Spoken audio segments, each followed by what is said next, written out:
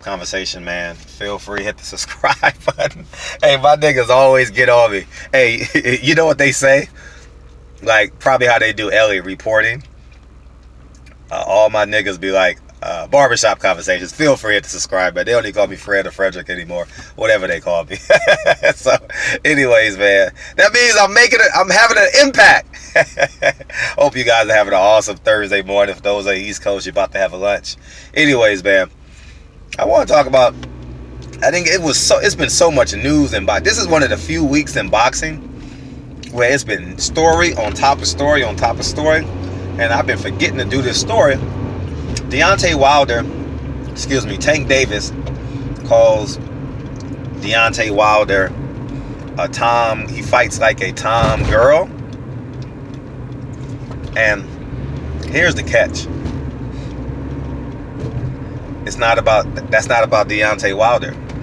It's about Gervonta Tank Davis. It's about his insecurities. It's about how he feels about himself. You know, and he's a young kid that has so much promise and so much potential, and has fulfilled some of the goals that he accomplished. You know, being a young world champion. You know, I'm eating these energy candies. I'm driving to the gym. And he has done it the right way, and I was saying his career has been tailor-made, which is fair, which is the right thing. I would say the right thing to do until the dust has been settled. Now the dust has to be settled with him at 130 with Vasyl Lomachenko, and that's not about what this story is going, because I heard the comment section, well, why don't you fight Vasyl Lomachenko? No, it's about why don't he check his insecurities at the door, his fears at the door. His biggest fear is that Deontay Wilder becomes a bigger, badder, stronger man than he believes he is. And that's, you know, a lot of these stories I do, or my commentary on these stories, is a microcosm of life. You know what I mean? Whereas you have you know, that's why everyone loves the backup quarterback, right? Oh, put the backup quarterback in. He's a backup quarterback for a reason, right? And black men all across America respect Deontay Wilder for a reason. All right? And it's not because he can knock everybody out. Listen, let me tell you guys, Black Fight Fan said this in the video yesterday. It got me all turned up and all mushy and shit. You know, I was feeling all warm on the inside. No homo pause. You guys know me by now. And it's a special feeling I get in my heart, in my soul, in my spirit, when I can have conversations with men. And you guys know a handful of men that I've had conversations with that I really like pour everything into it, like Sam Watson's.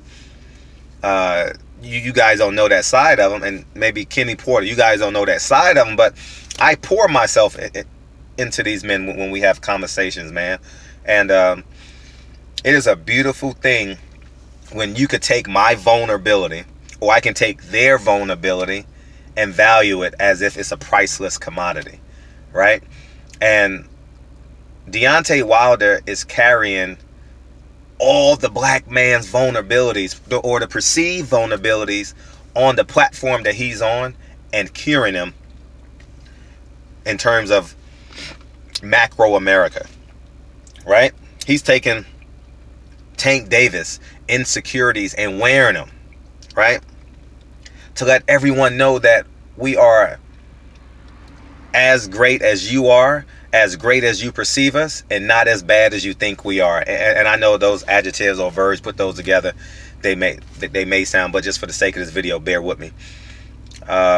It's just, you know, these young black, you know, punks, I would say. You know, look what they doing to my hip-hop music, man. And I'm not talking about, well, the music too, but just the image of hip-hop music, man. I mean, like, hip-hop for me is like strength. Hip-hop for me is like, you know, I remember when I was down and out, and Tupac said, the blacker the berries, the sweeter the juice. You understand what I'm saying? I had no money. I was poor. Every time I turned around, a black man was, you know, I'm from the hood, so a black man is killing a black man, a Mexican is killing a black man's killing a Mexican. You understand what I'm saying? I have to go to my neighbor to literally borrow sugar, you know, bad boys. I had to go to my neighbor, you know, my mom babysat the neighbor. My neighbor babysat me. You understand? But when Tupac says, the blacker the berries, the sweeter the juice, the darker the flesh, the deeper the roots. Don't you know how... Man, don't you know how empowering that line was? And what these young men are doing to hip-hop is the same thing what Tank Davis is doing to boxing and don't know it. And it's a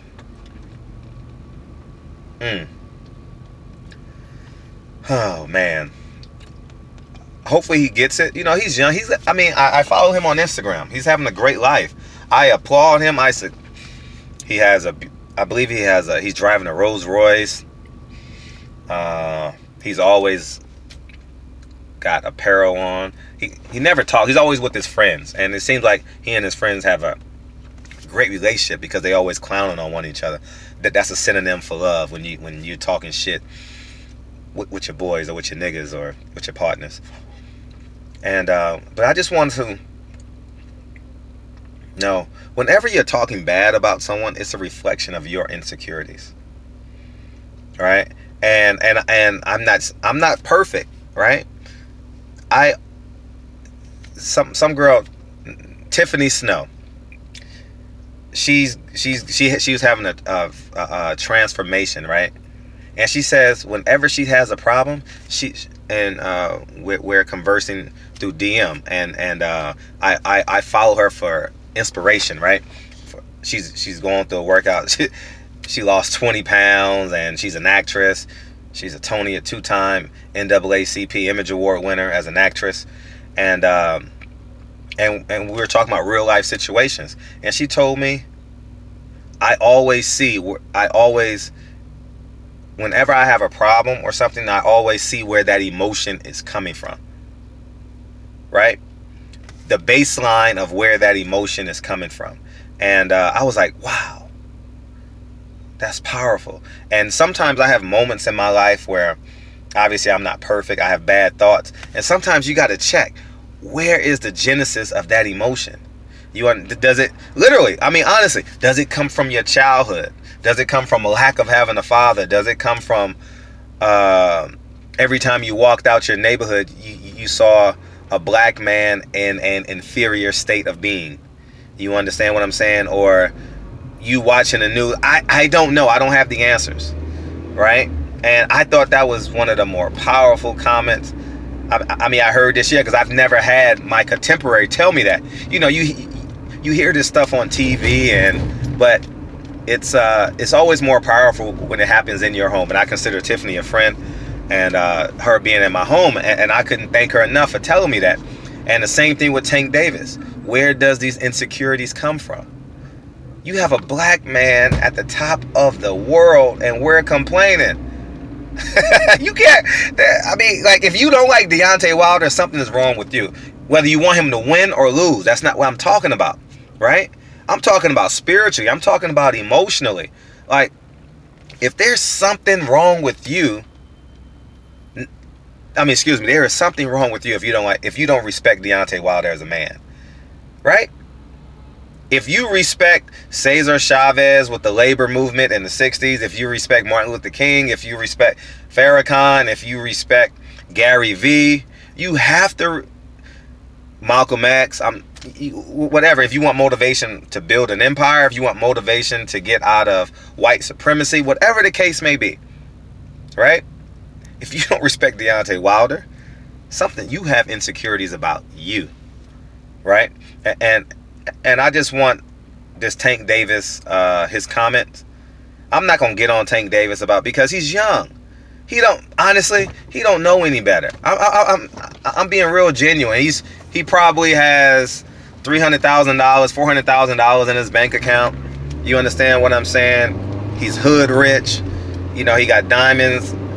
The 3 blocks he lives around, they respect the living shit out of him. He's a king, right? He's literally a king, right? And to all my dope boys out there, you know exactly what I'm talking about when you walk around, when you drive around in your hood and your 744, it was a 745 when I was younger, 740, whatever the case may be, And the 3 blocks, every time you get out of your car, you got a little kid looking at your car and a young adult dapping you up, like basically showing respect or paying homage to you. And that's what Tank Davis is going through right now. And he's a young kid, so I'm not gonna, the kid is 21, 22, 23. I'm not gonna get on the kid too hard, but he needs to find out where those emotions are coming from. And I know this is a video that's on a frequency that life experiences have to get him to. But for some of you guys that are listening to my voice, you guys have the capacity to take yourself to this frequency. I mean, he's very tangible right now. He got the jewelry, he got the car, he probably fucking half of Baltimore, which is, you know, like, real talk. That's what we did in our early 20s, right?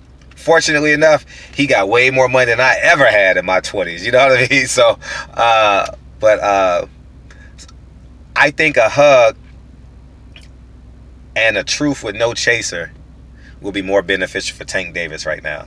You know, he's not Adrian Broner with 6 kids and closer to 30, right? He's not him. He's much younger, and he's had nothing but success the last 3 years, and he feels invincible. And he feels threatened by Deontay Wilder. I don't know why. Anyways, man, Barbershop Conversations, man. I'm about to pull up on the gym, and I hope you guys are having a great Thursday. Shout out to, man, hey, if you guys don't listen to the Mobcast, I was laughing.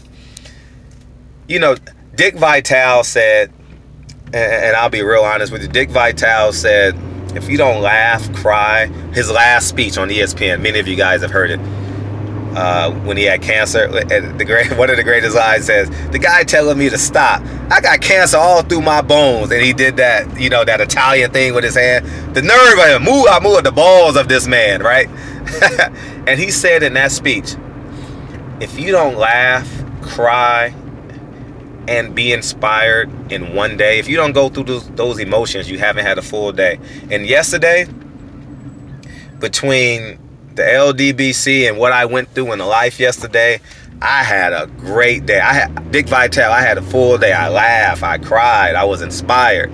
You understand what I'm saying? Because when I listen to Deontay Wilder speak, I see my son. It's not about me, but we always want the world to be a better place than when we left it, and while we're living, actually.